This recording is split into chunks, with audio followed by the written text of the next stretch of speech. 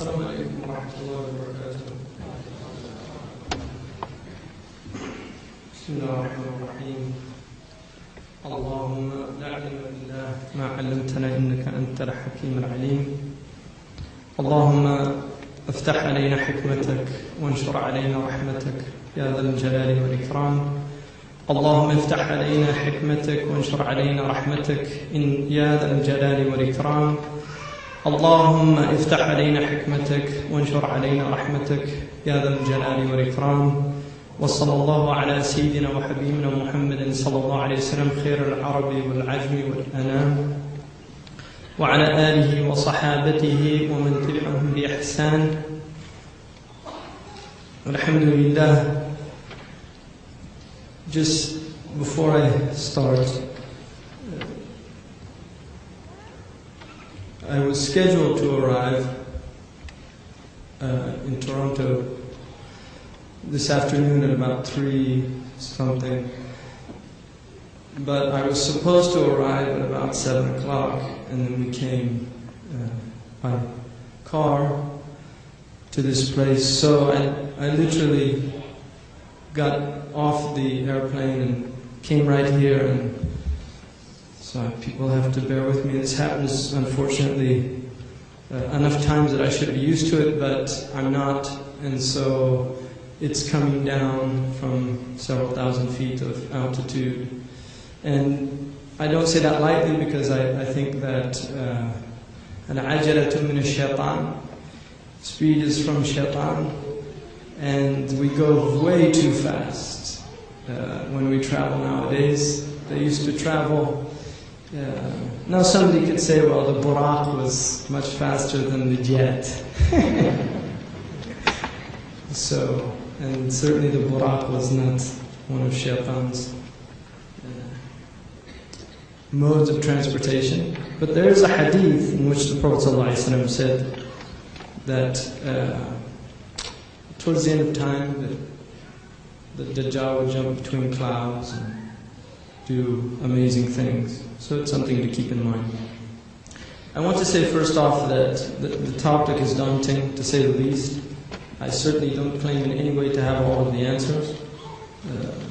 It's something that I've certainly given a lot of thought. And I was thinking on the way on the airplane, actually, that I really, in a sense, don't have anything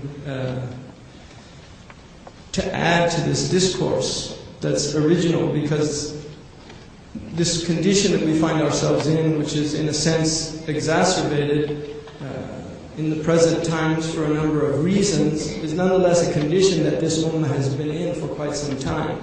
And some far more scholarly and more intelligent people than myself or others have looked at it and considered it quite deeply, written several books, and many talks given, many lectures, and yet the process goes on and continues. And as I was thinking that, the ayah in the Quran came to me. I looked out the window, actually. وَذَكِّرْ فَإِنَّ الذِّكْرَ تَنْفَعُ الْمُؤْمِنِينَ. Remind people, because the reminder benefits the people of Iman. And so in a sense, we have nothing to offer anymore in terms of the discourse, the people speaking in this age, other than reminders, in the hopes that ourselves and that others will begin to heed the reminders. And this is the purpose of dhikr, that we remember. If you look at the title, about understanding the past, looking at the present condition, and attempting to look at some possible ways of change for the future. The first thing that I'd like to point out is that I want to use a medical model. It's useful, I think it's Quranic, because the Quran says that Allah subhanahu wa ta'ala says in the Quran, قَدْ جَاءَتْكُمْ مَوْعِدَةٌ مِّن رَبِّكُمْ. This Quran has come down as a mu'idah, an exhortation, and Allah says that it is a rahmah, it's a mercy, and it's a shifa, it's a healing. It's a shifa, lima fi sudur, for what's in the breast of diseases and illnesses. And so the language of medicine is the language of the Quran and the prophets. Now when you look at a disease or an illness, there are certain things that you have to examine first. You have to look at the nature of the illness. What is its characteristics? And illnesses have many, many different aspects. One of them is, in medical tradition, you look at what are called signs and symptoms.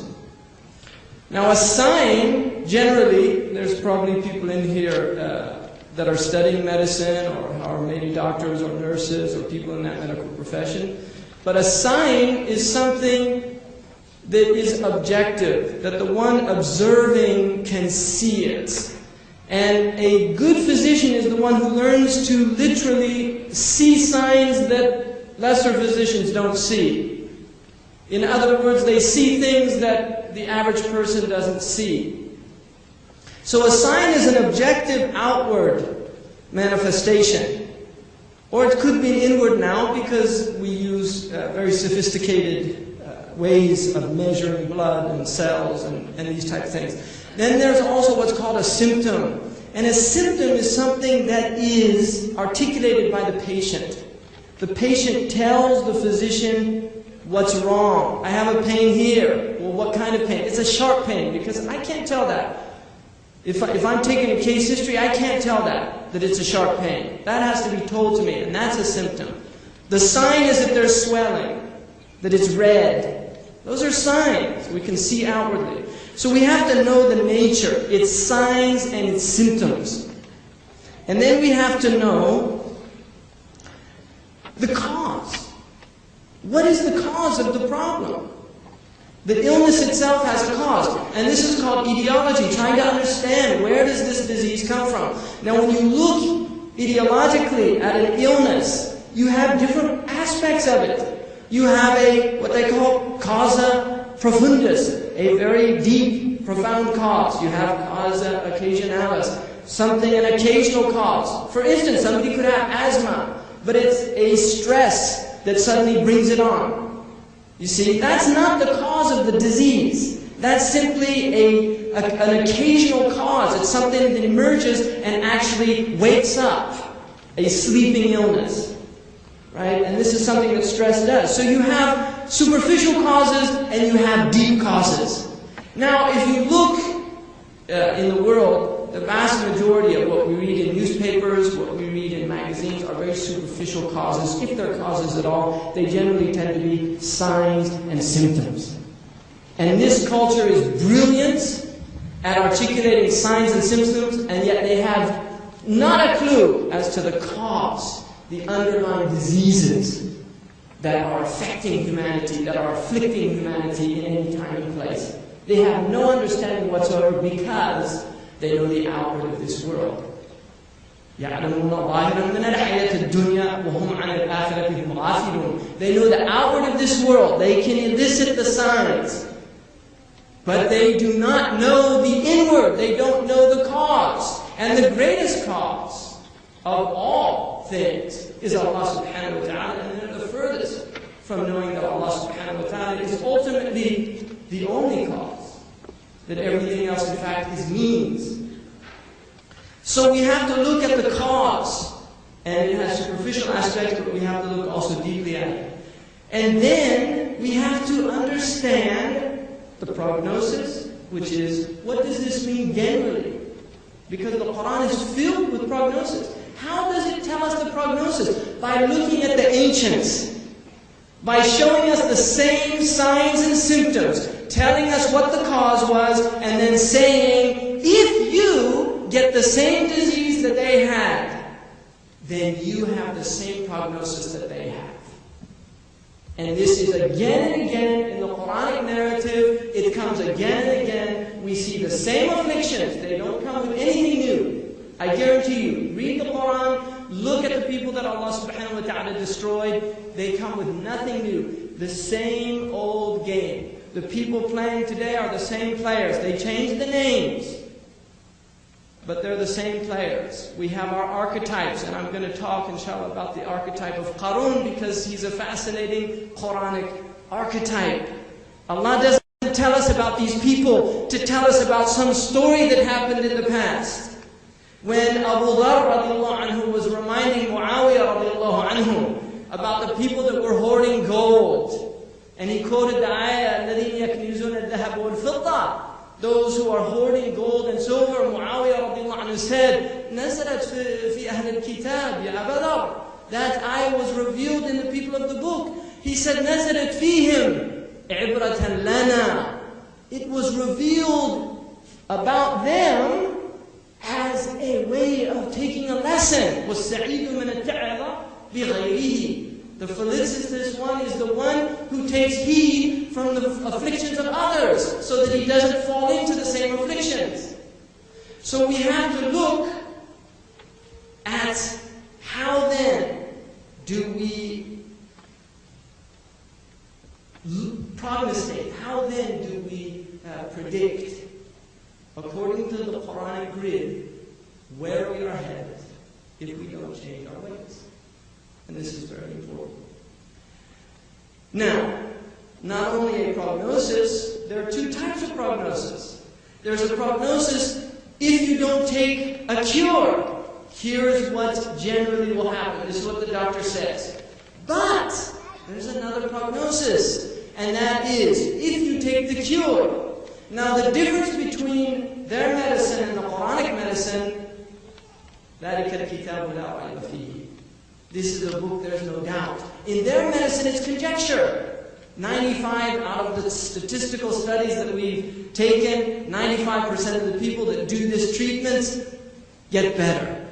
Well, what if you're in that 5%? You're not in 5%. It's 100% for you that you didn't get better. Right?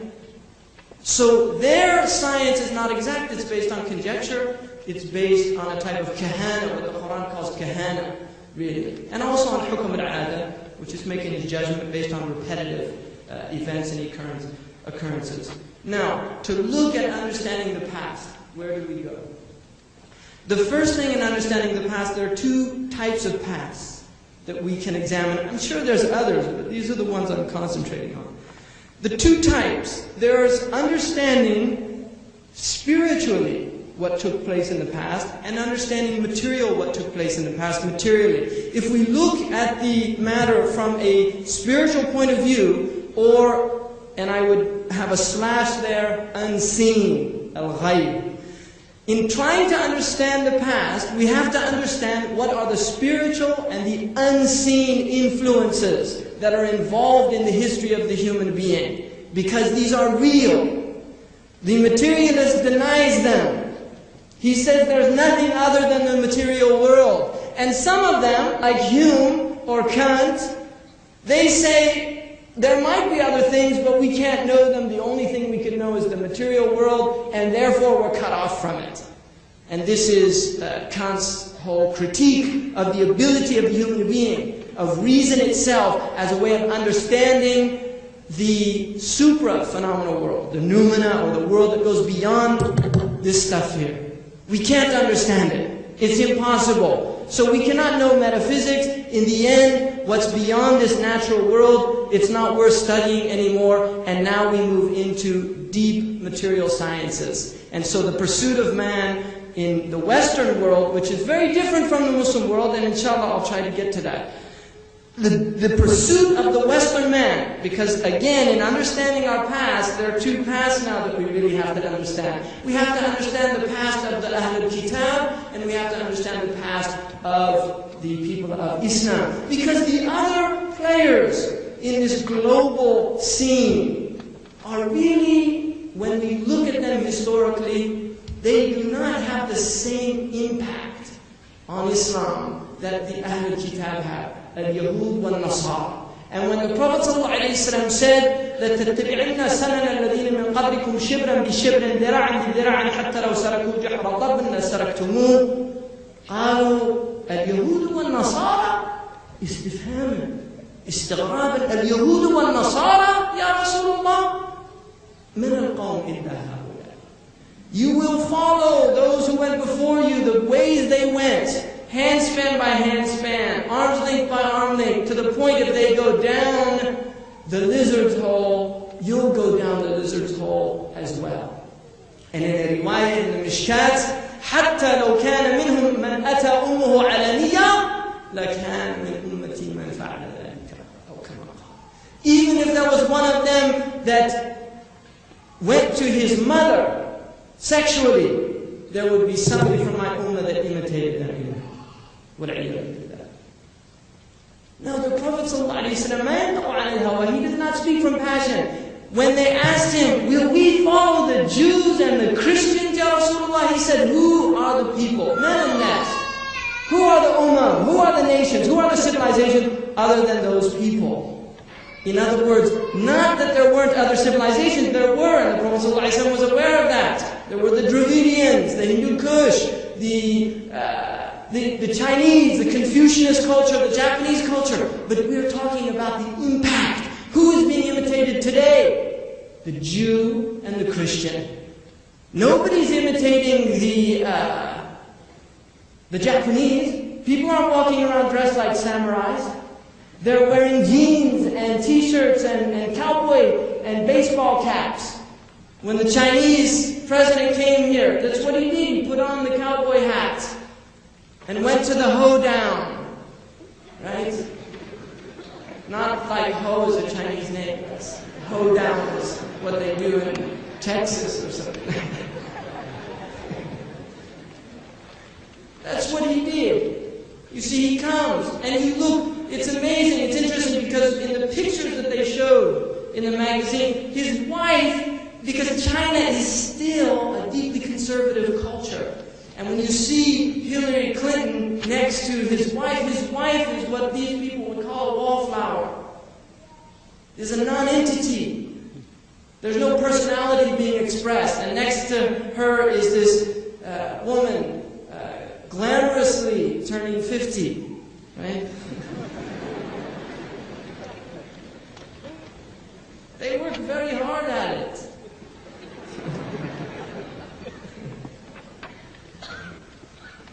So people aren't imitating these people, they're imitating these people here, the Europeans and the Americans, and in particular the Americans, which is a very interesting phenomenon. So we have outwardly, when we look at attempting to understand the past, there are two pasts going on that we have to be concerned with as Muslims, as attempting to analyze and understand the age we're living in, because we cannot be ignorant of our age. Sidi Ahmed Zarruq mentioned in his Qawa'id that in the Suhuf of Ibrahim, the Prophet ﷺ was quoted as saying in the Suhuf of Ibrahim, one of the wisdoms that Ibrahim ﷺ was given was عَلَى الْمَرْءِ أَنْ يَكُونَ عَارِفًا بِزَمَانِهِ مُمْسِكًا بِلِسَانِهِ مُقْبِلًا عَلَى شَأْنِهِ. That it is incumbent upon an individual to know the age that he is living in, to take hold of his tongue, because that's the milak. That's the thing that will allow you to possess all of good in Islam, is to hold your tongue, and then to get on with what is your business. The Prophet ﷺ said, مِنْ حُسْنِ إِسْلَامِ الْمَرْءِ تَرْكُهُ مَا لَا يَعْنِيهِ. From the good Islam of an individual is that he leaves what is not any concern to him. So, in understanding this past, we have to know the Muslim past and the European and American past also. And I can't do that for you. You have to do your homework. The Muslims have to look, and they have to look in an intelligent way, in a sophisticated way, not in these simplistic ways that we've been given to looking at things for some time, looking at superficial causes, talking about the superiority of technology, as this is some cause in which the Muslims are defeated. SubhanAllah. If there's anybody in this auditorium that still believes that, they haven't read the Quran.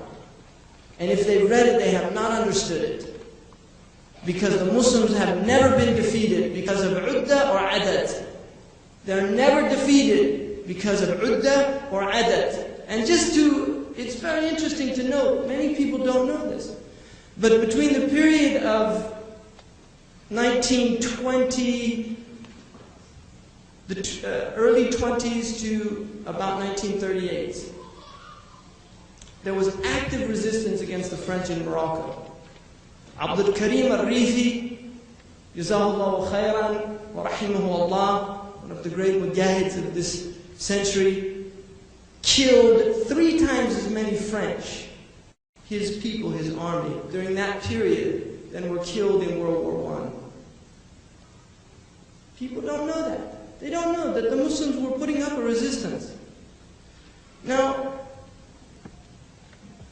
there are causes that have to be understood. We have to understand what they are in a deep way, so we have to look at history, because history explains many things to us.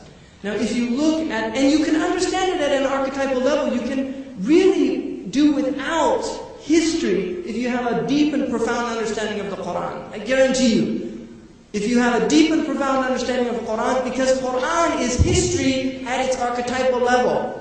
It is history that is constantly repeating itself. And by archetype, I don't mean it I'm really using it idiosyncratically. I mean it simply that it is explaining to us human phenomena.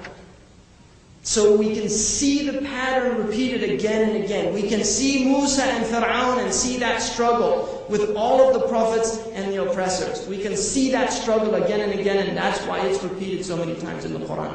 So at looking now to look at some spiritual and material forces, we can go back to the first and primary concerns, which takes you to the Quranic narrative in understanding what goes wrong right from the very beginning. Because the Quranic narrative is very powerful in that Adam alayhi salam, his wife Hawa, and Shaitan are the 3 important creative figures that must be understood in the Quran. We believe that they existed, that they are real, and that the story is not a mythology, it's not a narrative. Adam alayhi salam is created by Allah subhanahu wa ta'ala from water and clay, as we all know, which modern science has added nothing to that statement. Nothing whatsoever. Modern science has added nothing to that statement, because you can take apart this human creature and you will find water and earth. That is what we're made out of. From it we came, and to it we return. That's reality. So the Quranic, it's not pre-scientific. It is science at its most accurate, descriptive state. And I say that because it speaks in a language that not some arcane group of scientists can understand, but it is open for everyone to understand.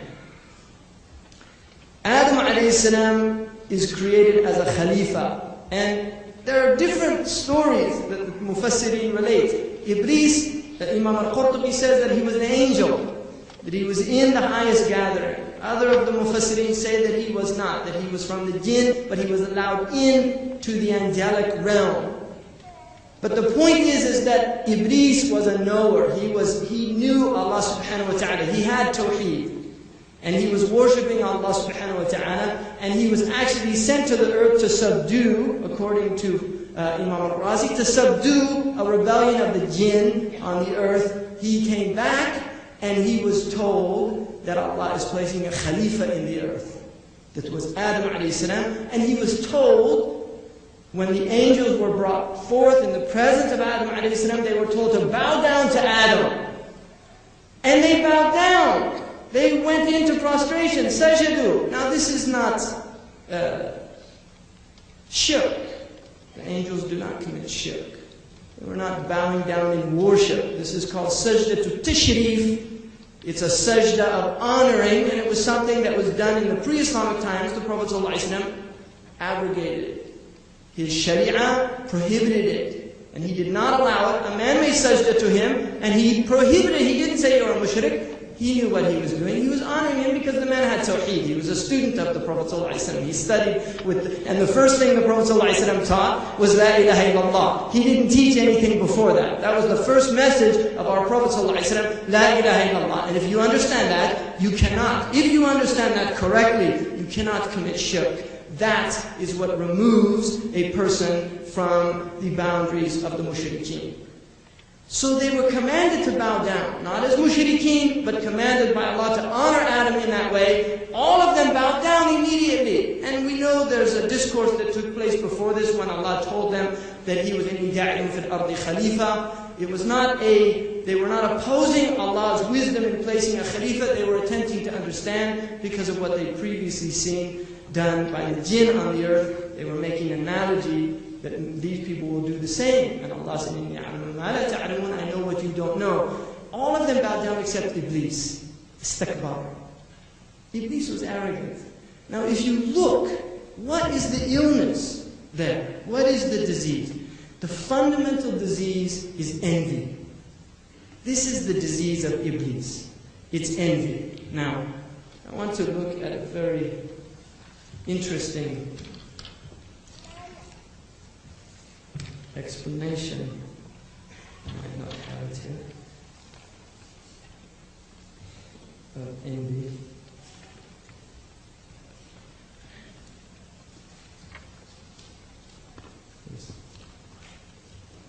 This was written by a Danish man. Envy is concealed admiration. An admirer who senses that devotion cannot make him happy will choose to become envious of that which he admires. He will speak a different language, and in this language he will now declare that that which he really admires is a thing of no consequence. Something foolish, illusory, perverse, and high-flown. Admiration is happy self-abandon. Envy, unhappy self-assertion. I think it's a very profound definition of envy. Because what he's saying there, you see, Iblis knows this is a creation of Allah. And Iblis knows. Iblis knows Allah. Allah doesn't make some, مَا خَلَقْتُ هَذَا بَاطِلًا. Allah, مَا خَلَقْتَ هَذَا بَاطِلًا. You did not create this in vain. This is not vanity. This is not some foolish thing. Allah did not create Adam as some foolish creation. And Iblis knows this. But Iblis thinks that in admiring Adam a.s., he will not be happy. He will not be happy. In fact, he becomes angry because he's envious. Hasad is the disease of Iblis. He is envious. And he says, you created him from mud. I'm created from fire, from air and fire. I'm superior to him. This is saying he's a thing of no consequence. I'm a thing of importance. Why are you having them bow down to him and not to me? This is very important, and inshallah I want to return to this, especially with Qarun. Now, at that point, Iblis is cast out from the inner circle, from the meta. And Iblis is told, he says, give me time, give me respite. You see, give me respite. And then he tells Allah subhanahu wa ta'ala, he makes an oath, in the same way that you led me astray. Just as you have led me astray. He blames his ghawaya on Allah subhanahu wa ta'ala. He blames his going astray. And this is the nature of the envious one. He blames the other. And this is important when I get back to understanding the present condition of the Muslims. He blames the other. And he says, you did this to me. And then he says, so this is how foolish Iblis is. You led me astray, and now I'm going to lead them astray. You see? Spite. And he promises to do that. Except those of ikhlas. The people of ikhlas. And not mukhlisin. Mukhlasin is a passive form. People of ikhlas with tawfiq from Allah subhanahu wa ta'ala. And he says, he promises Allah, you won't find them giving thanks, shukr. He promises. He doesn't want them to give thanks. So in Iblis we have two very important qualities. One is ingratitude. He's an ingrate. And the other is envy. He's envious. So this is important in understanding our past. Because this relates very profoundly to the human condition and to fundamental causes for strife and grief within the human circumstances that we find ourselves in.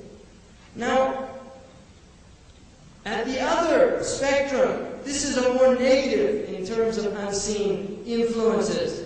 There are other unseen influences. So you have shaitan as an unseen factor in the human situation. You have other factors involved here. One, and the most primary, is the fact of revelation. The fact that Allah subhanahu wa ta'ala has chosen out of His bounty to send human beings to communicate Allah subhanahu wa ta'ala's intentions to His creation.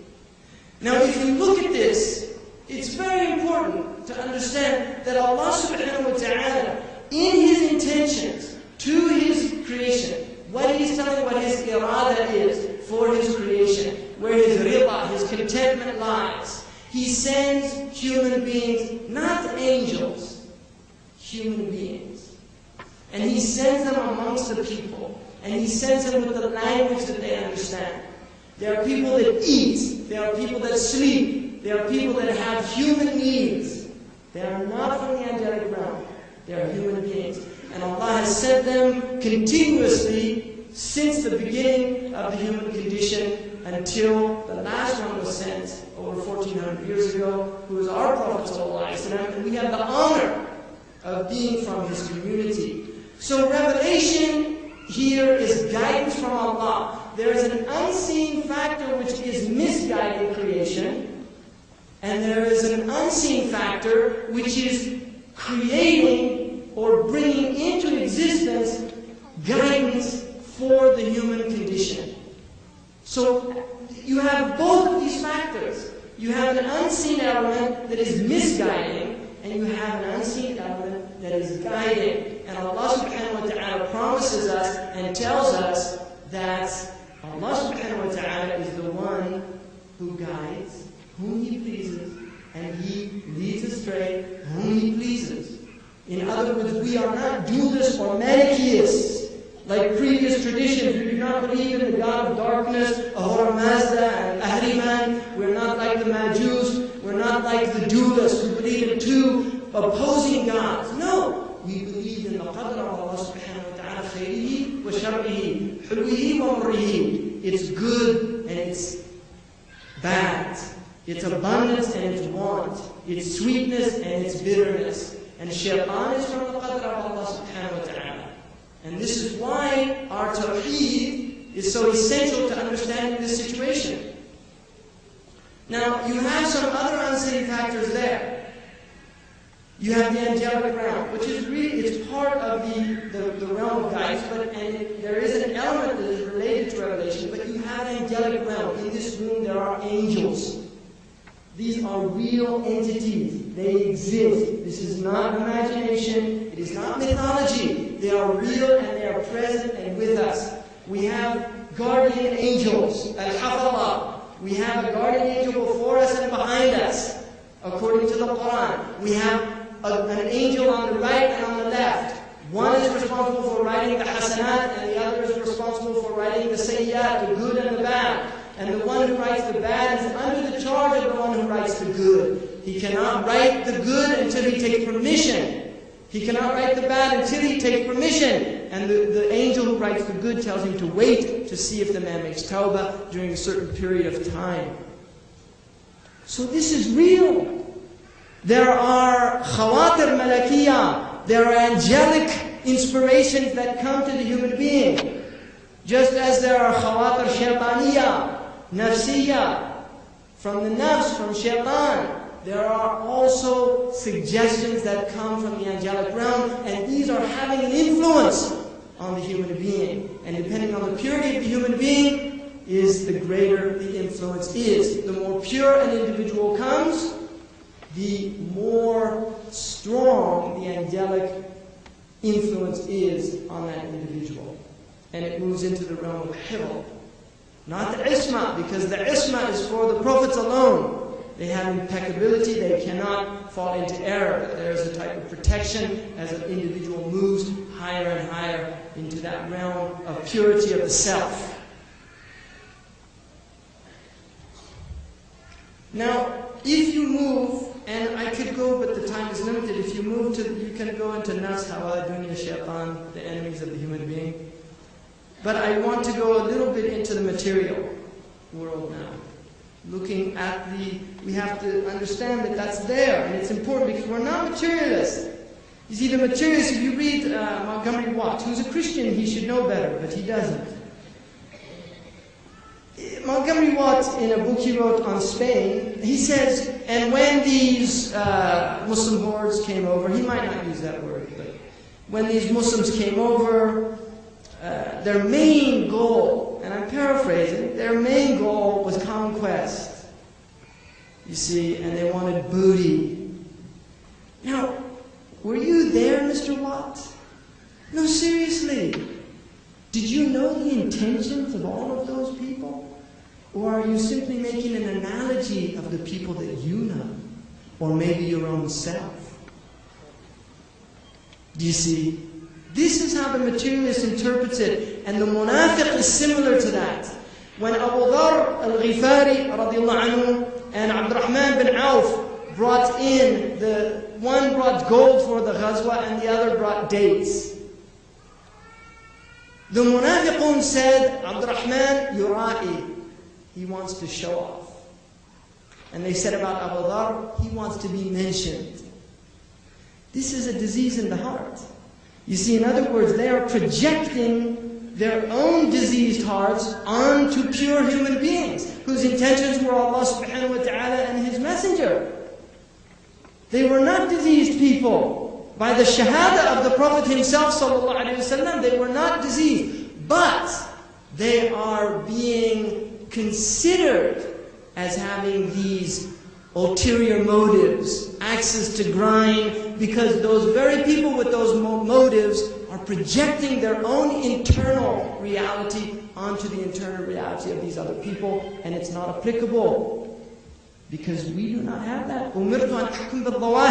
I was commanded to judge by the outward. أَشَقَقْتَ عَنْ قَلْبِهِ, did you split open his heart and look into it? When Usama killed the man who said, La ilaha illallah, and he said, قَدْ نَافَقَ يَا رَسُولَ اللَّهِ, he was doing it out of hypocrisy. أَشَقَقْتَ عَنْ قَلْبِهِ, did you split open his heart and look into it? And in another riwayah, he kept repeating to him, and he said, La ilaha illallah, until Usama said, I wish that I hadn't became a Muslim until that day.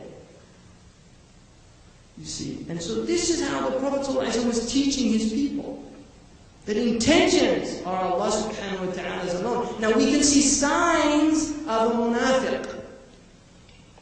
We can see signs of a munafiq. Do you see? Allah has given us signs of hypocrites. They have signs. But to judge a person is a very dangerous thing to do. To judge their intentions. And this is what the materialist does. So we have to recognize these other forces, these other realities that the materialist will not look at, because he only knows the outward of this world.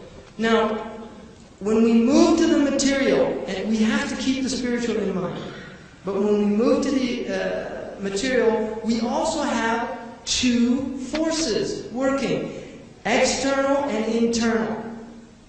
In other words, the material, there are causes that I'm not relating to the unseen world, but I'm relating to the seen world, but there are signs and there are also symptoms. And the symptoms we do not know, and thus they are articulated by the very people that are involved in the matter. So we do not know. Now, in looking at the material, we have two important things to look at. One is kufr itself. And the Prophet ﷺ has said, Al-kufr millatun wahida. Kufr is one system. It is one millah. All of kufr is one millah. You have the Marxists, the atheists, the communists, the socialists, the national socialists, international socialists, the capitalists, the free market capitalists, the American anti-NAFTA, anti-GATT capitalists, all different types of capitalists, ultimately one phenomenon called kufr. It's all kufr. It goes under the rubric of kufr, but it has different permutations. And you can see syphilis, very interesting disease. One of the doyens of medicine in the 19th century said, "No syphilis in all of its manifestations, and you've mastered 80% of pathology." Because syphilis is called the great mimicker. And the syphilis can look like a lot of different diseases. And this is a syphilitic culture, right? They had syphilis. They all, you know why they wear wigs, right? You see all these pictures of them men in wigs. And what cultures had men wearing wigs? Their hair was all falling out. They had syphilis. Really, that's what happened. And then the scrofulas, you said they had syphilitic scrofulas, so they started wearing these high collars. Very uncomfortable to hide the syphilis. It was a very common disease in Europe. I'm not exaggerating this. It still is. It's just all gone underground in this culture. They call it AIDS now. Right? I mean, AIDS is, if you look at AIDS and study AIDS, it looks exactly like syphilis in fast motion. Seriously. I mean, a physician will confirm that for me. AIDS dementia, the first thing they break out in rashes, right? And then later on they go into dementia, which is tertiary syphilis. And interesting to note that community that AIDS began first showing up in, the first signs of it, homosexual community, was a community constantly exposed to syphilis and rectal gonorrhea. It's a fact. You can see the statistics of the public health in the Bay Area. It's very, very disgusting. It's all part of their culture. So you have the point I'm using about syphilis as a grotesque example, but syphilis mimics a lot of different things. It can look very different. It's still syphilis. And the same is true with what Nietzsche called syphilization. Right? It looks very different, but ultimately it's kufr. So the Eastern Bloc looks different from the Western Bloc. It's still kufr. Now, if we study kufr, and it's an important study because Allah spends a good deal, tells us, not stuff that Allah does not spend, but tells us in the Quran, much of the Quran is in explaining kufr so that we can understand it. Now, if you look at kufr, the European kufr is very different from other kufrs in that the Europeans have a deep agitation for centuries. And that agitation, Allah Ta'ala, relates to the fact that they had partial truths mixed with a lot of pseudo-truth, things that appear to be true. Their religion was tainted from very early on. Their books were altered from very early on. Now, if you look at the Christian text, the very first Christians were called Nazarenes by their own testimony. They're called, according to the Quran, Nasara. Now, they're finally realizing, and they actually realized all this in the 19th century, but now they're starting to sell books about it in places like Barnes & Noble after nobody can read, right? See, that's now they can just, you can go get all the information about what they're doing, about their kufr, everything. You can go get it now because nobody's going to read it. Because they're all watching TV. So it works. They can tell us the whole story. If you look at a book that Hans Kuhn did called Christianity and the World Religions, Kuhn's writes, admittingly, current research would indicate that any direct dependency of Islam upon Jewish Christianity, and you see they're admitting there was something called Jewish Christianity, and that was the first Christianity. Of whatever sort, because there were various types even early on, will continue to be disputed for a while. In other words, we're trying to find the direct dependency. So it's in dispute right now because they have absolutely not one shred of evidence. But they do not, and I'll get to the reason why he has to say this, because it's a very important point he's making. We simply know too little about the Arabian Peninsula in those centuries before the Prophet Muhammad. That's rubbish. It is not true. But the analogies are as astonishing as ever. In other words, between Islam and original Christianity, because we believe that it was Islam. This is what he's telling us. And this is very important because this man is one of the dominant theologians of this age for the Christians, even though he's basically excommunicated by the Catholic Church because he's just telling the truth, and the truth destroys the foundations of the Catholic Church. It's a big problem.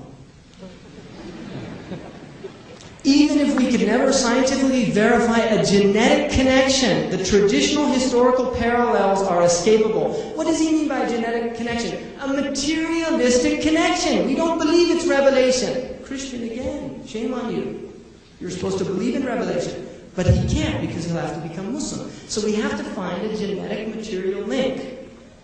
And how can we explain why Muhammad, although he rejected orthodox Christology, nonetheless always spoke sympathetically of Jesus as the great messenger, indeed as the Messiah who brought the gospel. In his theology and history of Jewish Christianity, Hans Joachim Schopf, taking up the research of Harnack and Schlattner and completing it with the studies by Clement and Adre and Shader, comes to the following broadly substantiated conclusion, quote, though it may not be possible to establish exact proof of the connection, the indirect dependence, and they mean by indirect is we don't have any evidence. The indirect dependence of Muhammad on sectarian Jewish Christianity is beyond any doubt. In other words, we can see it very clear that the Quran is articulating the Christianity that our own historical research is coming to realize was the original Christianity. And that is the Christianity that the Quran is saying is the Christianity that the Muslims believe in. This leaves us with a paradox of truly world historical dimensions. And when kuffar use the word paradox, it means we can't explain it materialistically. The fact that while Jewish Christianity in the church came to grief, in other words, it disappears, it was preserved in Islam, and with regard to some of its driving impulse, at least, it has lasted till our own time. End quote. Hans Kuhn, Christianity and World Religions, Doubleday, New York, 1985, page 124. For anybody who could write that fast. So there you have it. The Christians have done their own research. They did it in the 19th century. They realized that their religion was a false religion. But there was an original Christianity. They called the original gospel Q. It's what the Germans entitled it, which in the Quran is called Injil. See, we know what it was called. They call it Q to mean the original, the quell, the source gospel. We know that it's the Injil.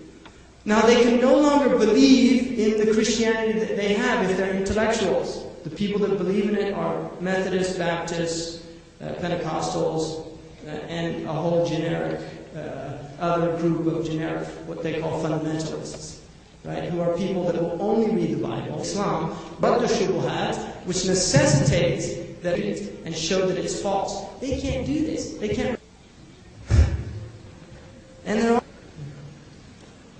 So the comes with.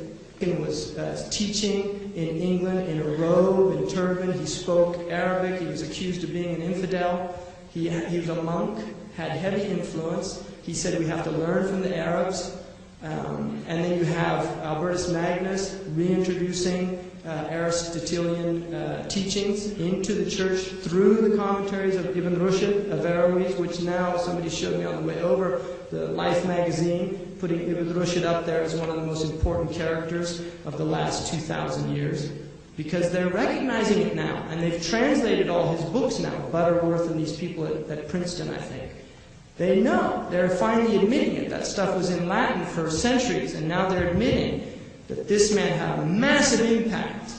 Now, Ibn Rushd, rahimahullah, who was a scholar of extraordinary depth and profundity nonetheless, he was basically, if we look at his fiqh writings, which are Maliki and are actually considerable, and they're substantiated writings. In other words, the Maliki scholars use him as a source.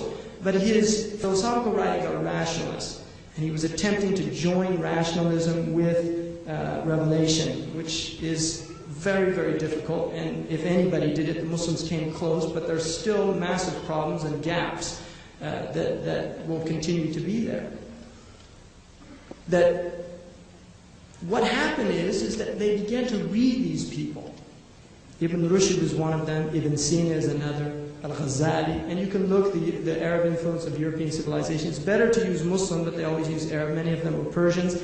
And you can see passages side by side that are absolutely identical between, you look at Imam al-Ghazali's writings and then St. Thomas Aquinas, put them side by side. He was well before St. Thomas Aquinas. It's almost a direct translation.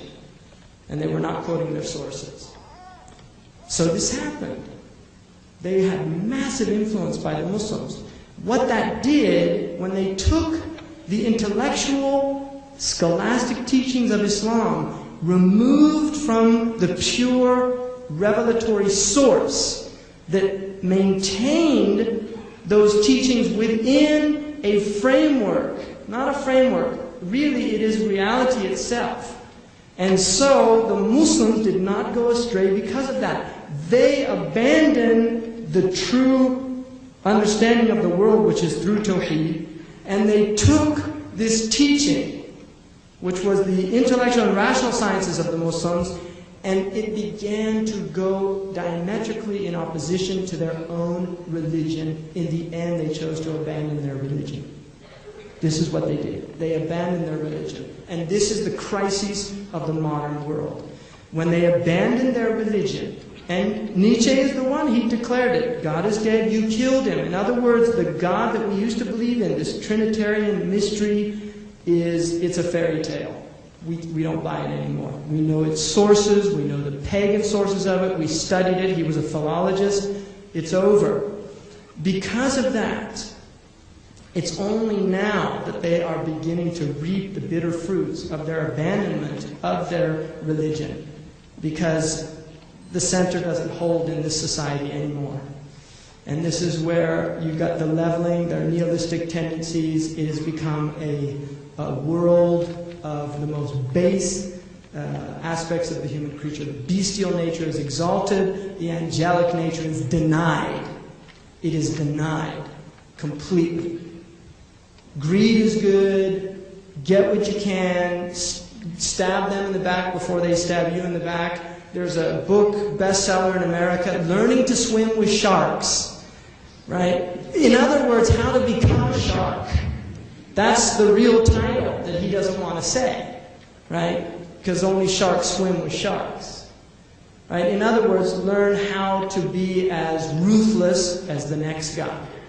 And in a wage slave society in which jobs are completely expendable and you're given, everybody's worried about their job. And they don't care about the next guy because they know that the boss doesn't care about him. So he's got to do what he can to get ahead, to stay ahead. And this is what it does. Make myself as marketable as possible, increase my skills, bulk up my CV, get it honed down, get it refined. And this is the game that's played constantly. Right? This is the game of this culture.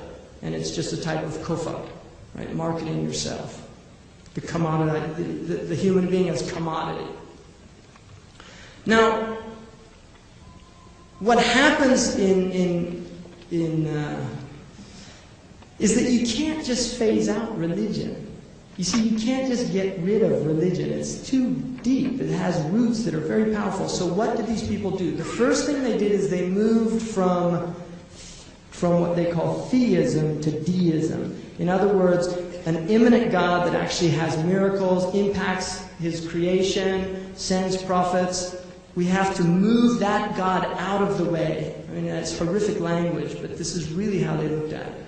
And we'll replace him with another God, a distant deistic God, and who's a God of natural laws. And this is the Enlightenment period where they begin to talk about these laws, and there's no miracles. And this is David Hume, the great, he is the big kafir of England. He's one of the big abalisa of this whole story.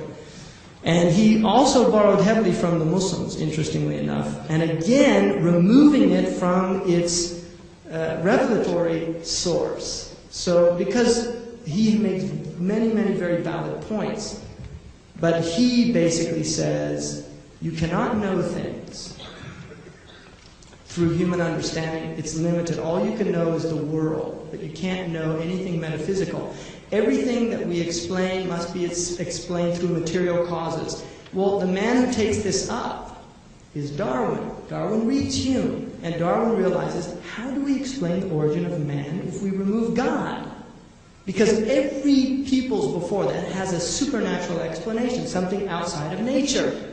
Whether it's a multi-God story, some creational myth, there's always a supernatural element. This didn't just appear out of nowhere.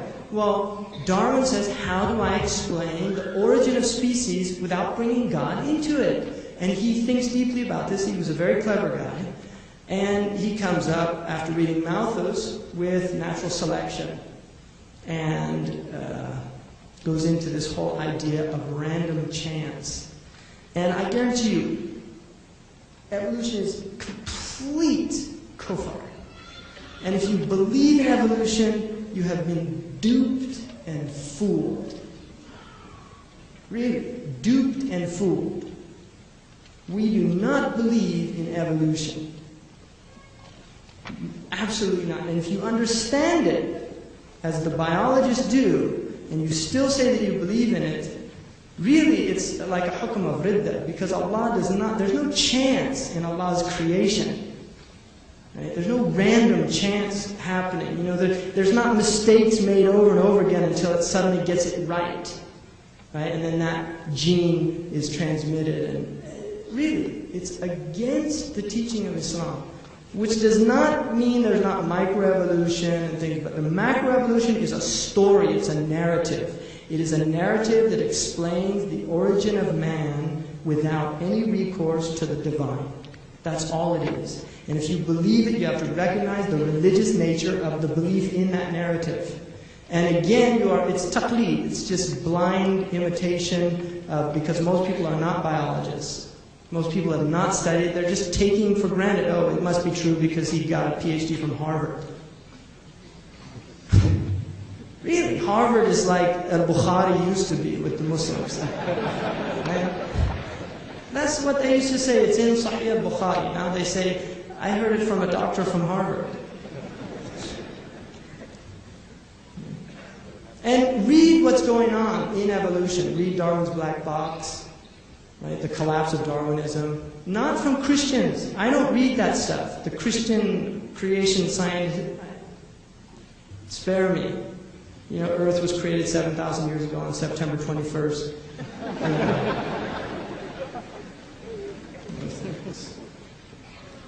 But don't just catch on to the latest fad. And it's not late anymore. I mean, there's been neo-Darwinism. You know, they've gone on. They're not Darwinists, pure Darwinists anymore. They had to restructure the whole thing in the 1940s because there were so many holes in it. And then the 1950s, with the explosion of electron microscopy, they haven't dealt with the information they've got. This is what Behe's book, Darwin's Black Box. He's a microbiologist who's saying we've got some major holes here, and Darwinism doesn't answer them. Because the cell is not a simple organism. It is incredibly complex. There's more information in a unicellular bacteria than there are in all the libraries in New York City. Darwin thought it was just empty protoplasmic nothingness down there if you got down deep enough. And we don't even know what's beyond that because we're limited. I mean, what if they discover another thing beyond that? We don't know if there's something underlying there. Really, we don't. It's all, they follow conjecture. And their scientific theories are the latest and most explanatory to them, to whatever they're looking at. So, what happens then in the Muslim world? Well, I want just to bring another fellow, very important. And I would recommend Muslims reading this book, which is by David Fromkin, Peace to End All Peace. Because what happens basically is the Europeans desired the Muslim world for several reasons, but they really wanted the Muslim world. They wanted the wealth that was there, and they also wanted to basically destroy a continuing threat to them, which was Ottoman power. Because we forget that the Ottomans, themselves were continuing their movement in the invasion of Europe, or what we would say the futuhat, really liberation of Europe. And so the Europeans were very frightened of them.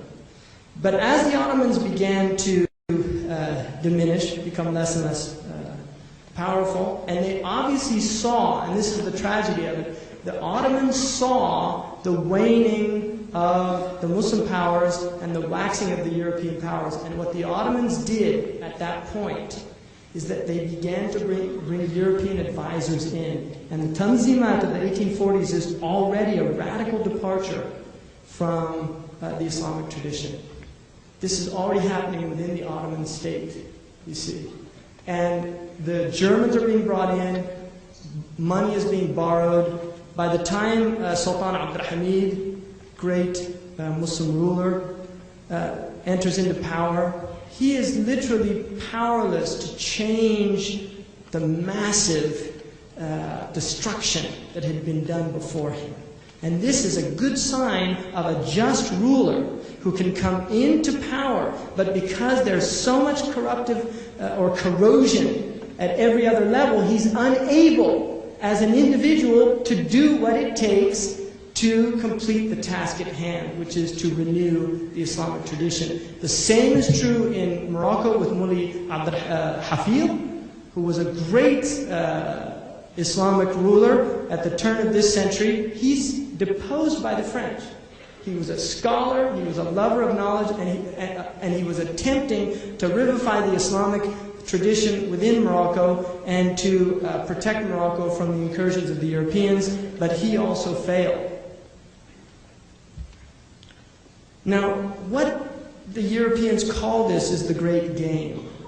This is what they called it. They called it the Great Game, playing with the Muslims. And it's still going on. The game is still going on. And it's actually quite frightening, because what happens is what I'm becoming to realize now, is that all of the so-called liberation movements of the 1950s that were centered out of Egypt, really, were in fact nothing other than the power plays of the Americans at removing the Europeans from their colonial influence in those lands. The Americans were directing those movements, and this evidence, I'm telling you, it's there. You can find it if you do the research. They were directing these movements, they were undermining the European power, and they were moving in for this Pax Americana, the American century, right, post-World War II. So many noble people fought from the Muslims with the best of intentions. Many of them died, and inshallah Allah give them Jannah.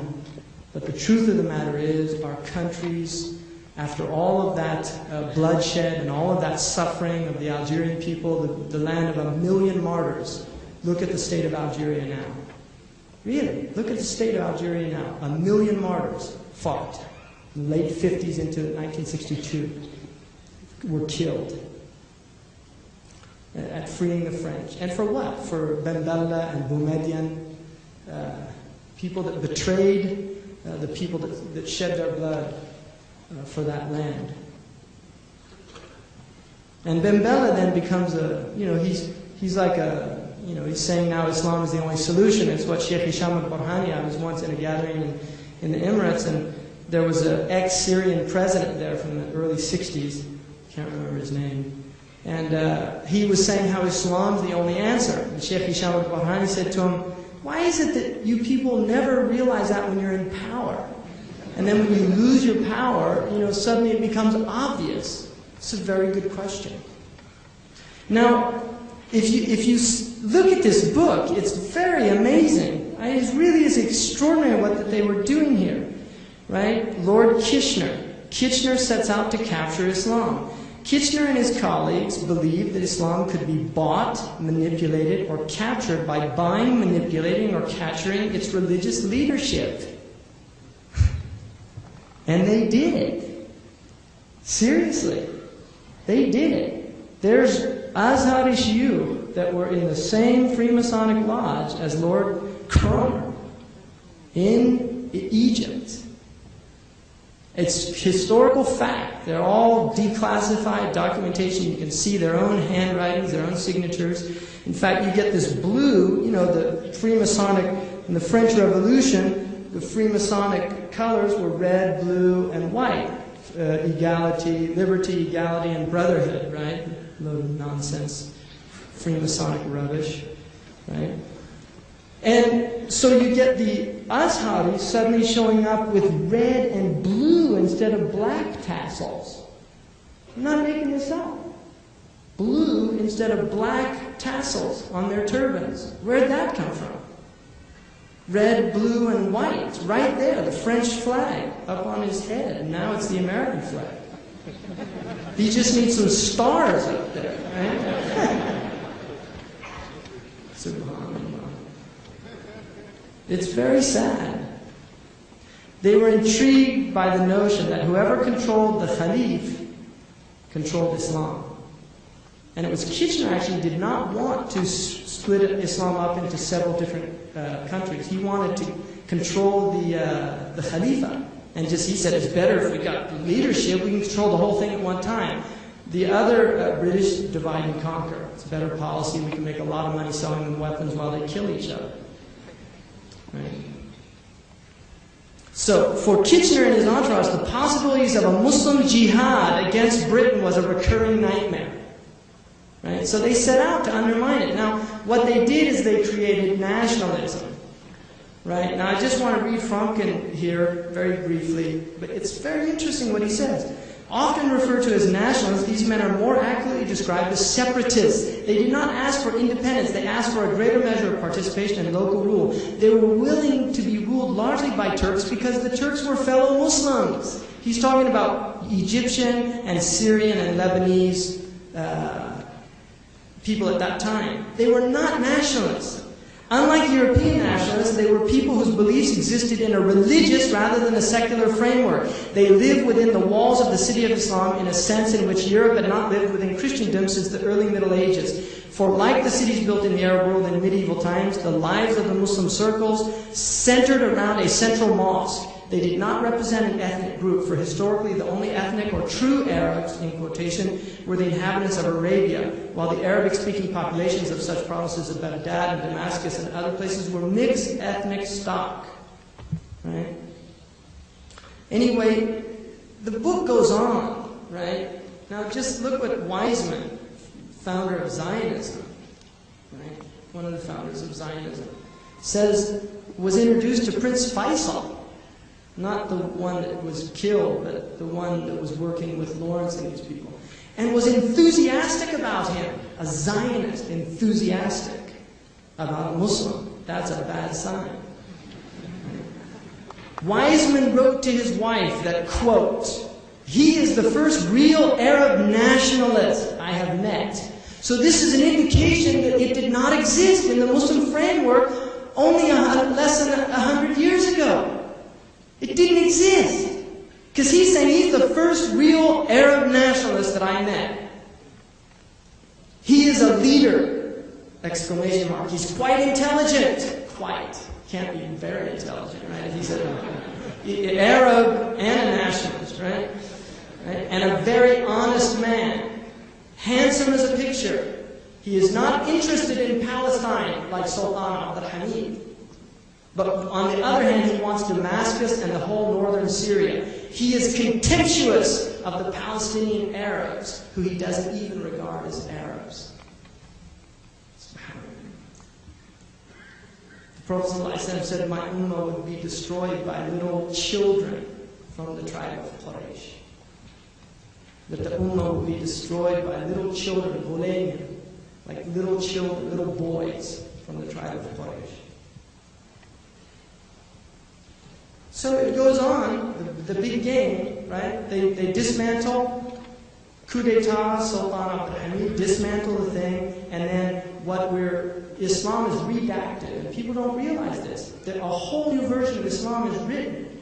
And it begins emphasizing things like hubb al-watan min al-iman, love of nation is from iman, which is a saying that refers to akhirah primarily, right? Because the famous poetry that Imam Nawawi has in the introduction to his introduction to the Riyadh al-Salihin is that the people who realized the dunya was not their watan, right? They realized that the dunya was not their watan, so they divorced the dunya.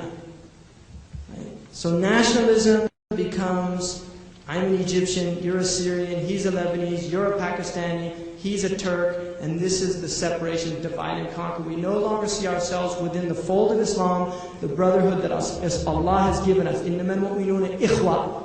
The believers are brothers. We now see ourselves, I'm an American Muslim, he's a Pakistani Muslim, he's a Indian Muslim, he's a Bengali Muslim, and on and on and on. False designations that Islam rejects completely.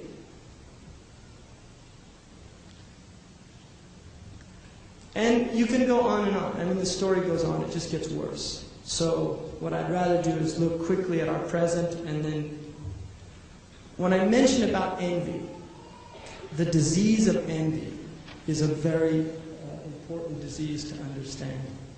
Because the Muslims have become deeply envious of the West. And you can see it in that original quote that I used about envy, that it's a secret admiration. Envy is a secret admiration. You want to be like them. But you know your happiness is not going to be in admiring them, so you become contemptuous of them. So we have rhetoric from Indonesia to Morocco about the West and how terrible the West is. Everybody dresses like them. They eat like them. They want to study in their universities. They want their green cards to America and Canada. Right? And one of the muftis in Palestine, Jazakallahu khairan, gave a fatwa that anyone who sells land in Palestine, in Quds, to Jews is a murtad. Because the Jews were offering them $100,000 Canadian citizenship. Right? Who runs Canada?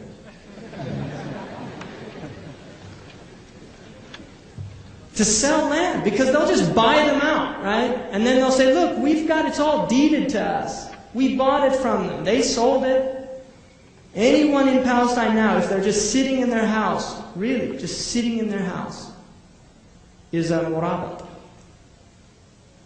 Really, just sitting in the house is an act of jihad in that place. Now, if you look at this disease of envy, because everybody's watching their television, satellite dishes everywhere. They're cropping up all over the Muslim world. Every rooftop. Look at Damascus. Somebody was telling me that the minarets are pointing up straight to the heavens, and all of the satellites are pointing to Europe. Right? And it's like you have two choices. Wahi, right, from Allah, or wahi from shaitan. Because shaitan has a wahi. Right? Yuhi. Shaitan has a wahi because he tries to mimic God. Just like Allah said His throne is on water. Where does shaitan put his throne? On water. You see?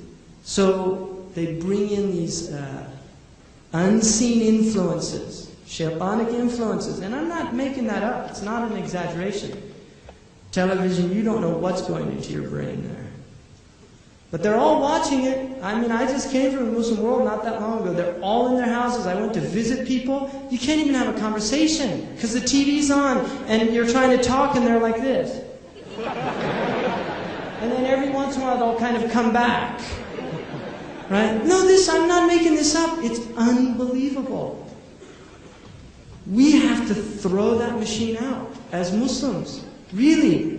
Give it up. It's a drug. It's a drug. That's all it is. It's like any drug. You kick the habit, you start feeling good. Getting that out of my system. And unfortunately, the images come back and things like that. Right? Really, they're all imprinted in there. You can watch movies. You don't have to go buy new ones, go out and get the video. You can just play reruns in your mind if you have a good memory. So look here. Present condition, right? Envy. Now, about Qarun. Allah subhanahu wa ta'ala says about Qarun. He says that he was from the people of Musa alayhi salam. In the tafsir they say he was his cousin. Some say the uncle, some say Ibn Am. Most of them say the cousin.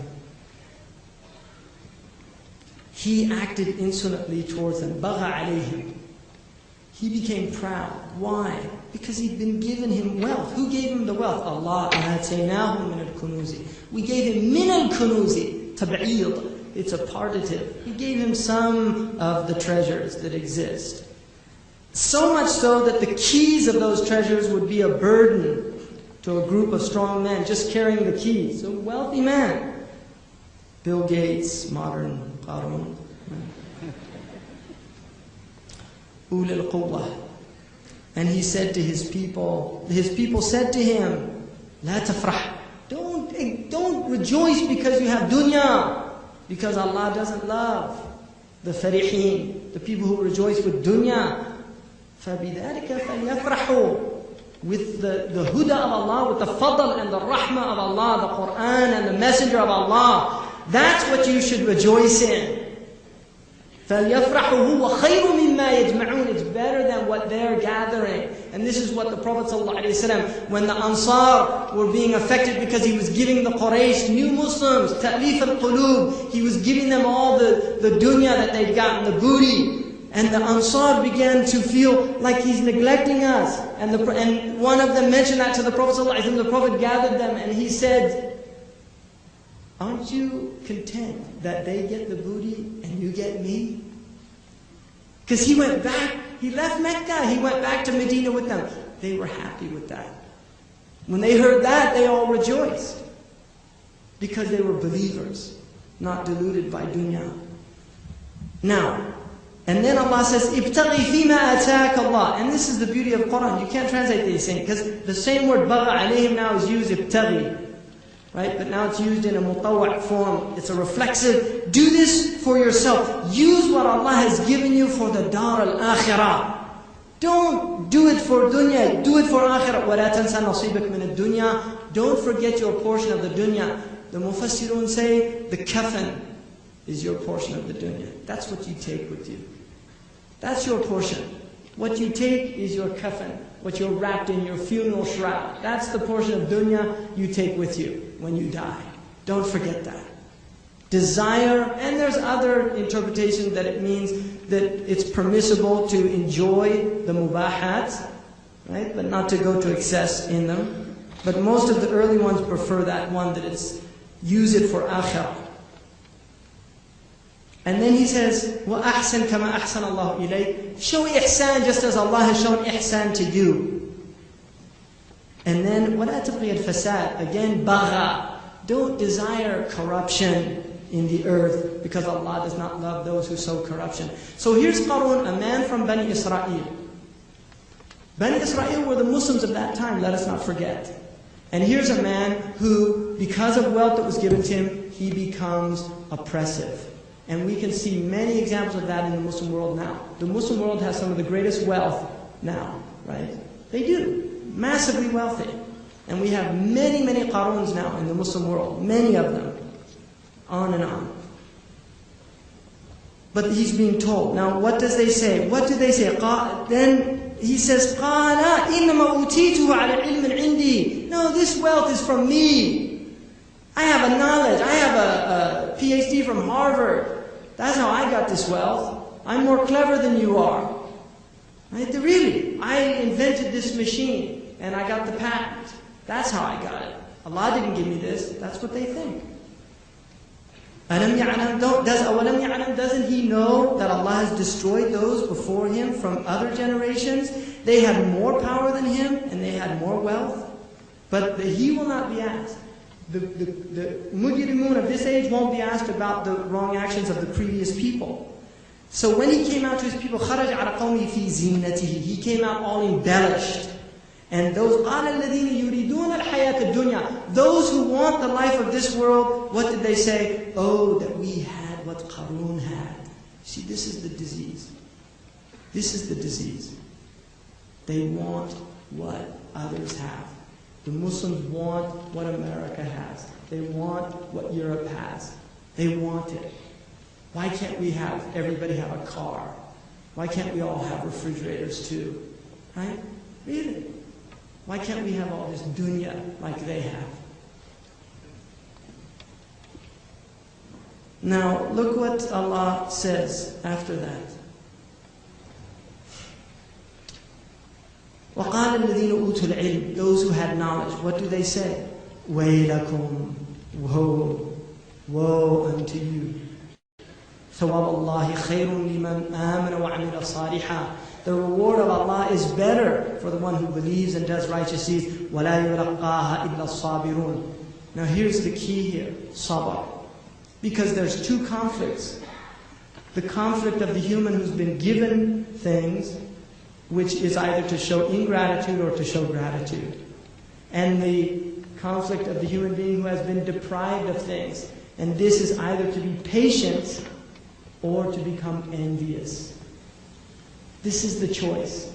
You either become patient and recognize, this is Allah doing this. Don't think, you see, when people look at the Europeans now and the Americans, they say, look, they're not following Islam and they have all this, it's all working for them, which it's not. But this is the way a lot of superficial people look at it. It's all, why is it that they're in control of us? Look at us, we're all backward, this and that, etc., etc. These people have nothing.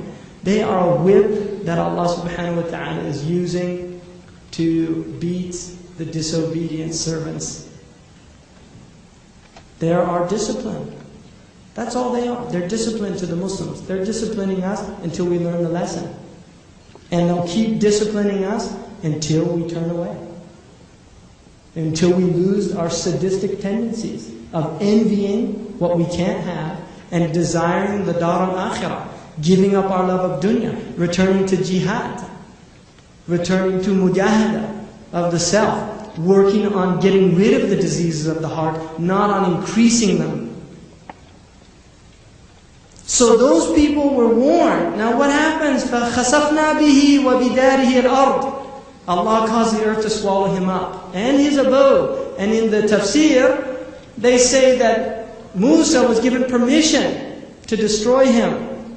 And he made a dua, and the earth took him, a third of his body, and two other people that were with him, that went with him, instead of going with Musa, because they wanted his dunya.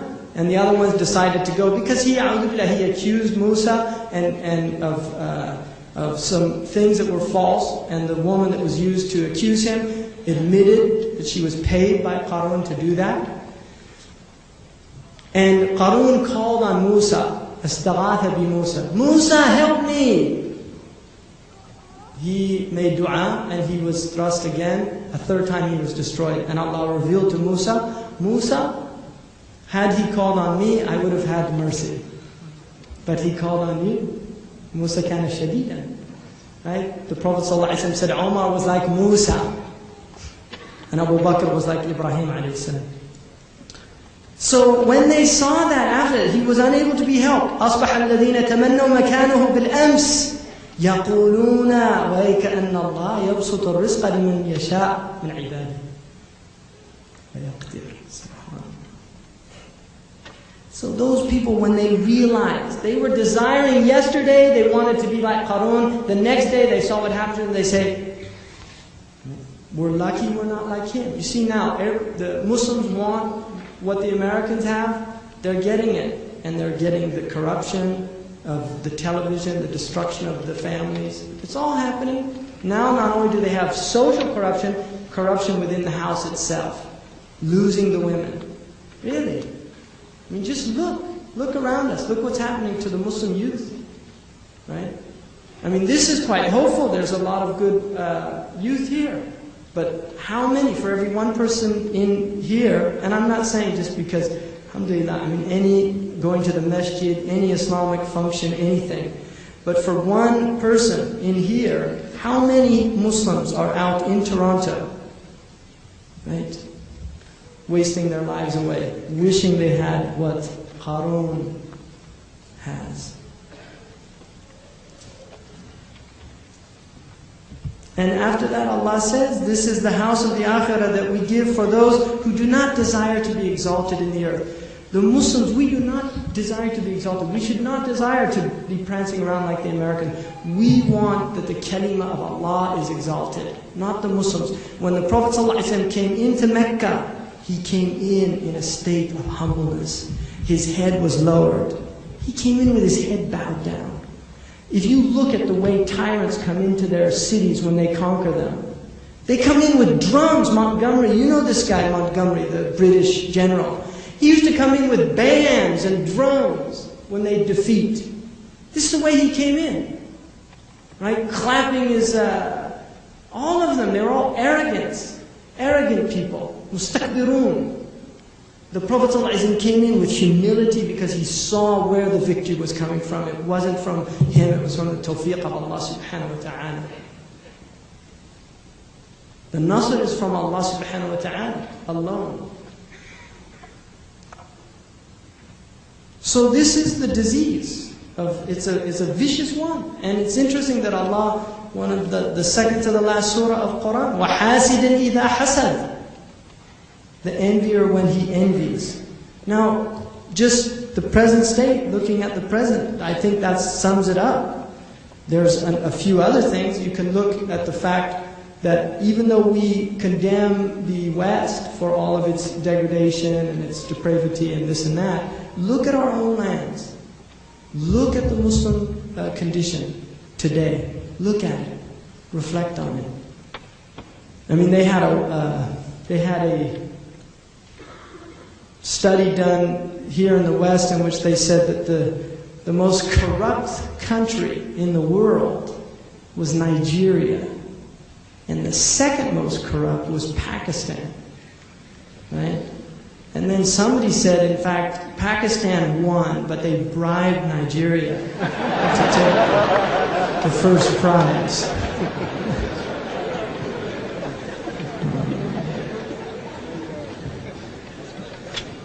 Now,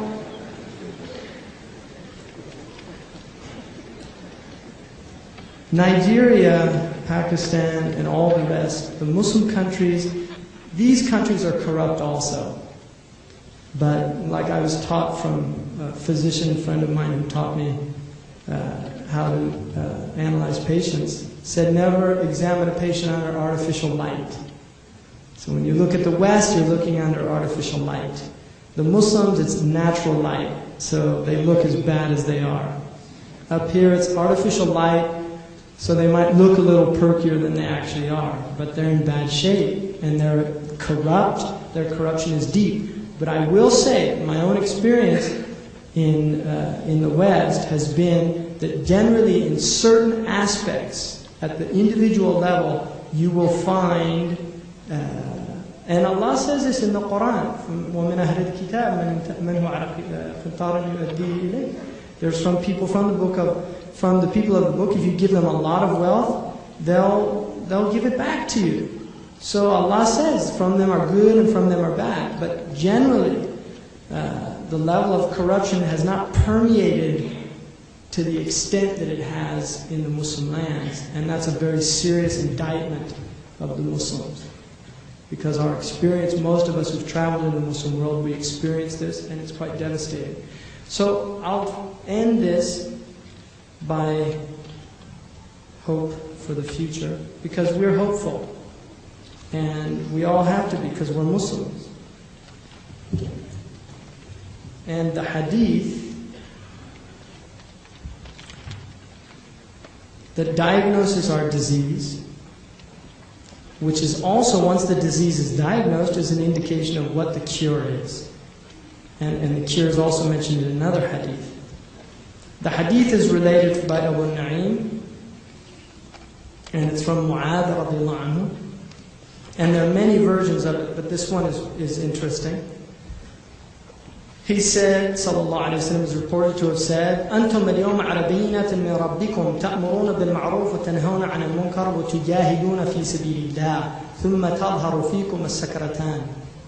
You today are on clear proof from your Lord. You command to good and you forbid evil. And you struggle in the way of Allah. تُجَاهِدُونَ فِي سَبِيلِ اللَّهِ. And then there will manifest in you these two very serious symptoms. of impending doom. Sakaratul jahl, ignorance, or sakarat hubb al-aish, and the disease of love of livelihood, of dunya. وَسَتُحَوَّلُونَ عَنْ ذَلِكَ فَلَا تَأْمُرُونَ بِمَعْرُوفٍ وَلَا تَنْهَوْنَ عَنْ مُنْكَرٍ وَلَا تُجَاهِدُونَ فِي اللَّهِ الْقَائِمُ يَوْمَئِذٍ بِالْكِتَابِ وَالسُّنَّةِ لَهُ أَجْرُ 50 صِدِّيقًا قالوا يا رسول الله منا أو منهم قال لا بل منكم. وأخرج الأحمد والبزار وأبو النعيم والحاكم بسند صحيح. يوشك أن يملأ الله أيديكم من العجم ويجعلهم أسدا لا يفرون فيقتلون مقاتلكم ويأكلون فيئكم. You will soon be taken over by the ajam, and they will be like lions that don't flee from you, and they will fight the way you fight, and they'll eat from your booty. And this is also an indication of the force who became Muslim and the other Muslims, because he was speaking primarily to the Arab contingency. But there's another hadith, which is that يوشك أن تداعى عليكم الأمم من كل أفق كما تداعى الأكلة إلى قصعتها. قيل يا رسول الله فمن قلة منا يومئذ قال لا ولكنكم غثاء كغثاء السيل يجعل الوهن في قلوبكم ويجعل الوهن في قلوبكم وينزع الرعب من قلوب عدوكم لحبكم الدنيا وكراهيتكم الموت. That it's coming a time when the Jews and the Christians, as interpreted in the other hadith, will come from every ufuq, from every horizon, and they will eat from you, from your plate, like eaters eat from a plate. And they said, Ya Rasulullah, is it from that we're few in numbers? They said, no, but you're like scum, the foam on the top of the flow.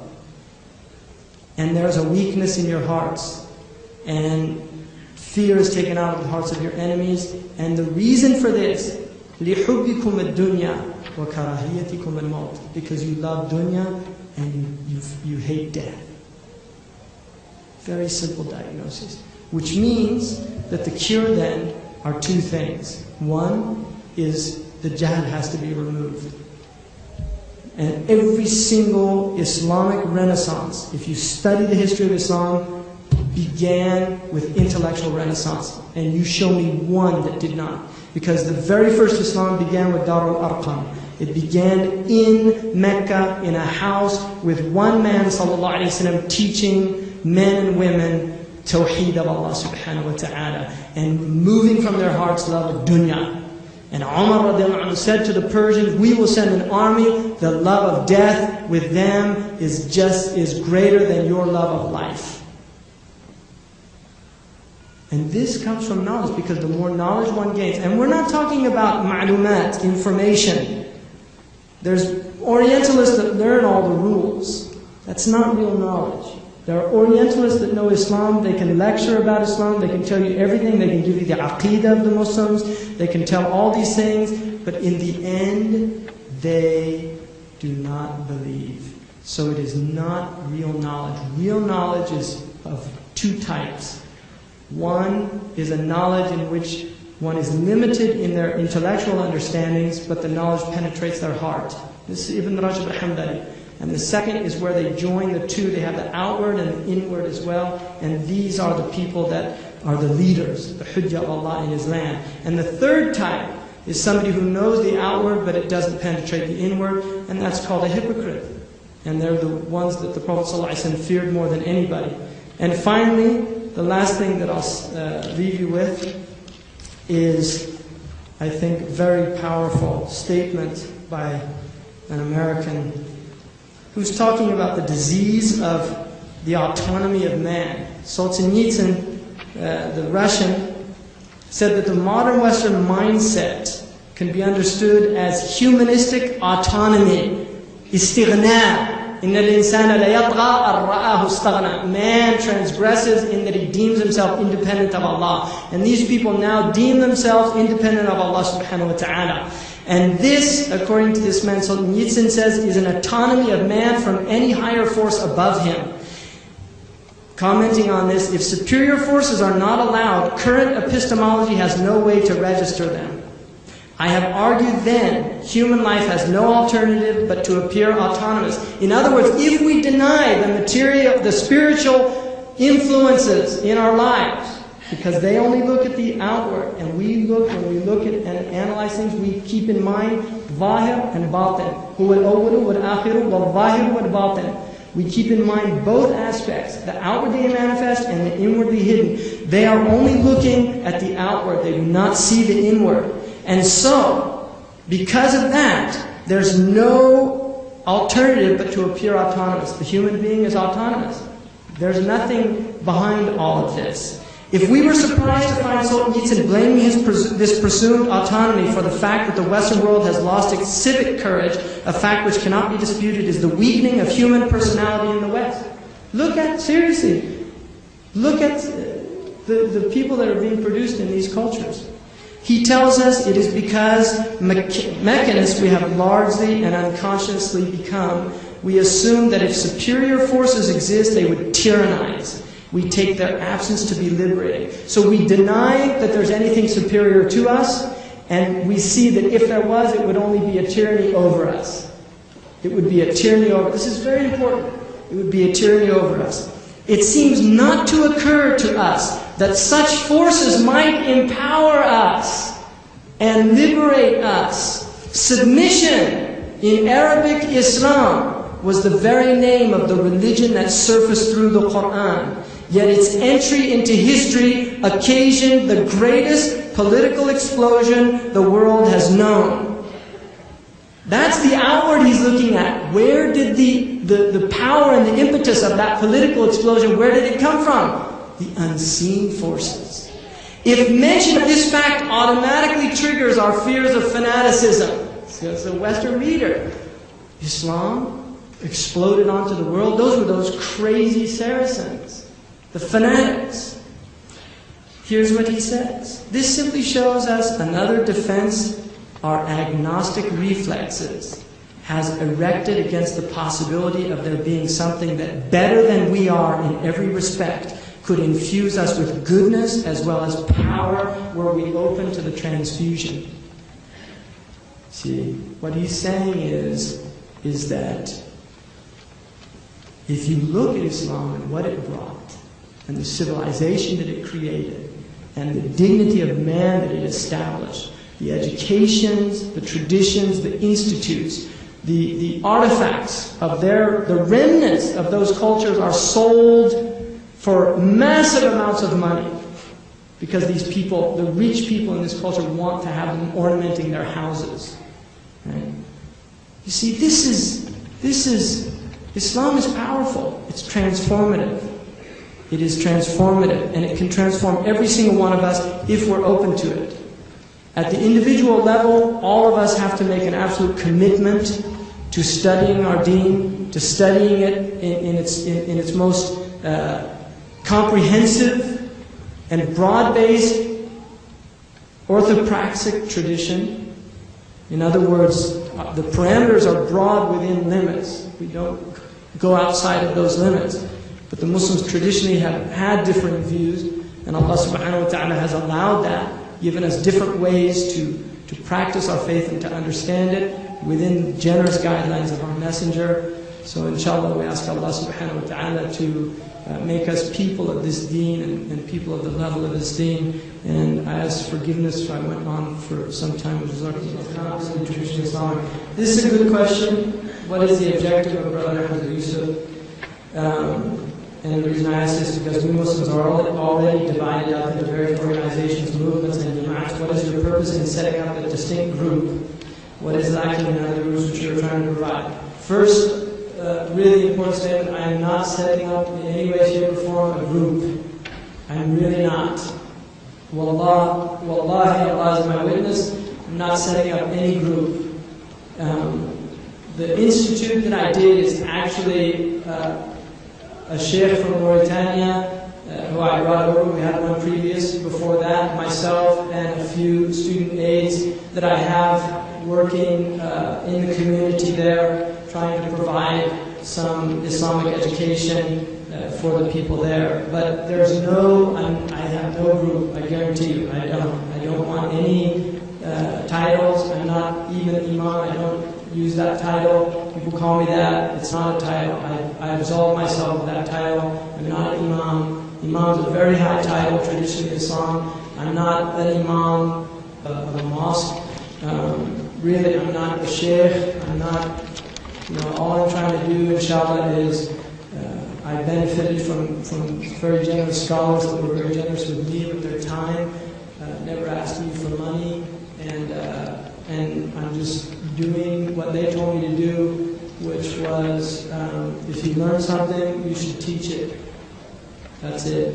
But I really don't have a group, so I want everybody to be very aware. I benefited from very generous scholars that were very generous with me, with their time, never asked me for money, and I'm just doing what they told me to do, which was, if you learn something, you should teach it.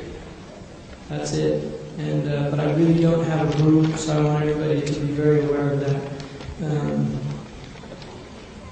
Concerning changing our condition, when we as Muslims accuse somebody of something, we must have witnesses and concrete evidence. It is not lawful that we accuse somebody of something that they are not, yet there are those who deny that what you accuse them of. So I respectfully ask, are you a Sufi? And I would say to that question, definitely not. No, I am not a Sufi. And I would say also, to qualify that statement, I think it's very important when we use that word, we distinguish, as the classical scholars generally did, between what are called the Sufiya and the Mutasawwifa. The Sufiya, according to Orientalists, is anybody that claimed they were a Sufi. The Sufiya, to the traditional Muslims, were usually called Al-Qawm, and they were people like Fudayl ibn Iyad, like Malik bin Dinar, like Hassan al-Basri, like Abu Sa'id al-Khayri, like Imam al-Junayd of Baghdad, Sidi Abdul Qadir al-Jilani, those type of people who were ulama, and they were very sincere people, and they were especially concerned with the diseases of the heart and in helping people rectify the diseases of the heart. And that was traditionally what was understood as it was called tasawwuf, it was called ihsan, it was called suluk, which is a very common term for that. And it was considered, and still is, one of the sciences of Islam. Matharat al-Qulub is a book that's studied in Mauritania about that, which is looking at diseases like hasad, like bughd, like riya, like ujub, and attempting to rectify those diseases by first identifying them, identifying their causes, and then giving cures that are based on the book and the sunnah. Imam al-Junayd himself said, عِلْمُنَا هَذَا مُقَيَّدٌ بِكِتَابِ اللَّهِ وَسُنَّةِ رَسُولِ اللَّهِ. Our science is directly connected to the book of Allah and the sunnah of the Prophet ﷺ. And he also said, مَنْ لَمْ يَحْفَظ الْقُرْآنِ وَلَمْ يَكْتُبْ الْحَدِيثِ فَلَا يَتَكَلَّمْ فِي عِلْمِنَا هَذَا.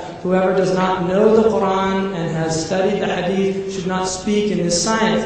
Now later, there came a group of people called the Mutasawwifa, and they outwardly would dress like these people, and sometimes they would use their expressions, and many of them used it as a way of gaining money, of gaining followers, and things like this. The Pir syndrome in some areas of the world.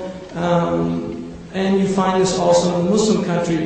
In the Wasila, Mukhtar wal-Buna, which is a text on Aqidah that's studied in Mauritania, he says, وَعَاشَ بِهَا الْقَوْمُ خَيْرَ عِيشًا فَصُيَّرَتْ مِنْ بَعْدِهِمْ مَعِيشًا يُدَعَ الَّذِي يَمْشِي عَلَيْهِ سَالِكٌ وَسَالِكُهُ الْيَوْمَ حِزْبٌ هَالِكٌ. That this qawm, these people, they used to live the best way of living, which is zuhd in dunya. And then after that it became a means of gaining livelihood.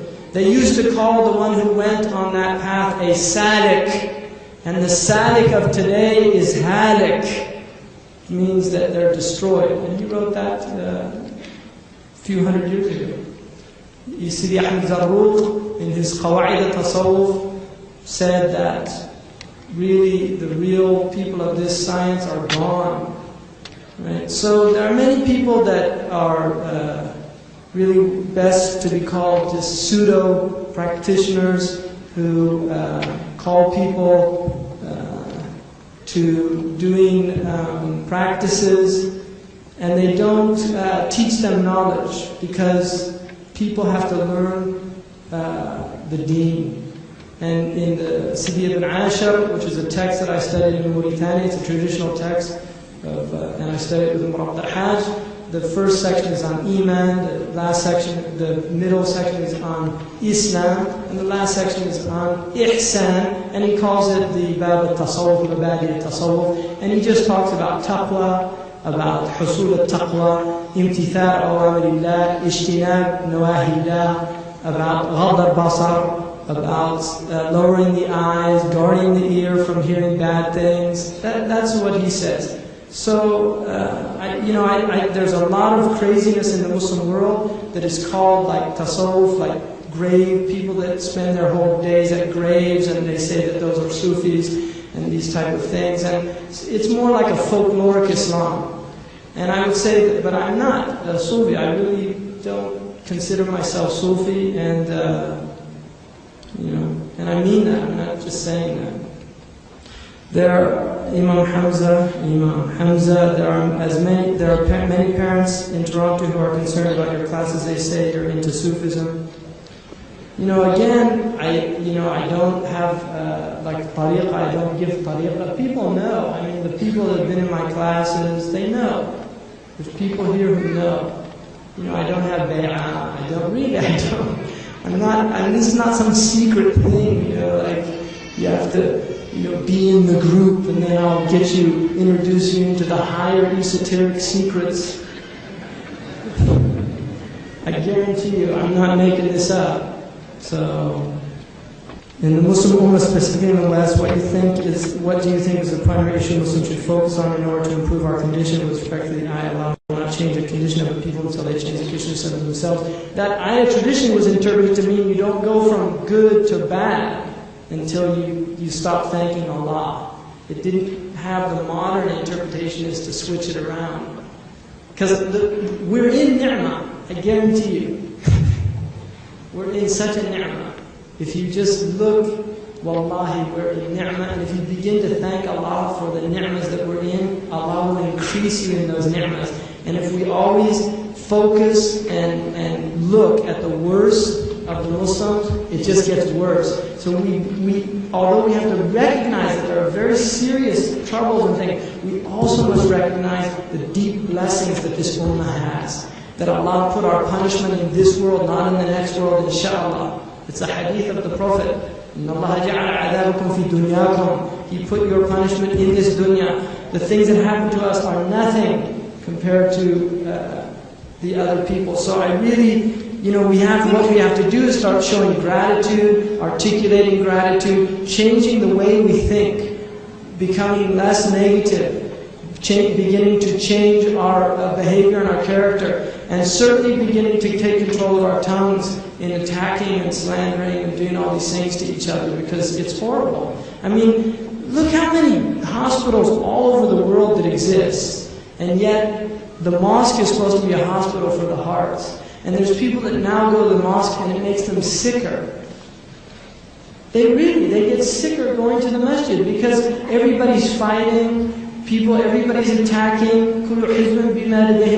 Every group is just rejoicing in what they have. Tanabuz bil alqab, throwing, this is that, and he's that, and he's that, and just attacking and doing all these things. So, about segregated masjids, I think that at one level it is a very natural phenomenon for groups, for cultures to be together. That is a perfectly natural phenomenon. When it becomes a asabiyya is when it becomes a danger. In other words, nobody can come, like for instance, the Libyans who I'm very close with, there's a Libyan community, they're a very tight-knit community. But there are people that come in who are Palestinian, who are Jordanian, who are Syrian, and there's not a type of asabiyya, he's not one of us. So it's natural that people that share cultures, that share language, that share food, and these type of things, it's very natural for them to be together. But if it becomes where that's that group out there, it becomes a type of ethnicity and things like that, then you have serious problems. And there's a lot of racism trouble. You mentioned marketing yourself as a kind of shirk. I don't remember saying that. I just said it's a disease of the modern society, but I didn't think that I called it shirk. If I did, I certainly didn't mean that. But in such a competitive society, well, competitive capitalism is da'at al-ummah according to the Prophet ﷺ. He said that I don't. الفقر لا أخشى عليكم إنما أخشى عليكم أن تبسط عليكم الدنيا فتنافسوها. I worry not poverty for you, but wealth, that you begin to compete for it. So wealth becomes competition. And it destroys you, and it will destroy you just as it destroyed the people. It's called ummah, competitive. You mentioned Syria, the situation in Algeria. You could further elaborate. Subhanallah, it's tragic. I mean, now they have some Algerian soldiers that they refused to. They fled to France, and they were saying that the government was having them grow beards and put on robes and going to villages and kill people, and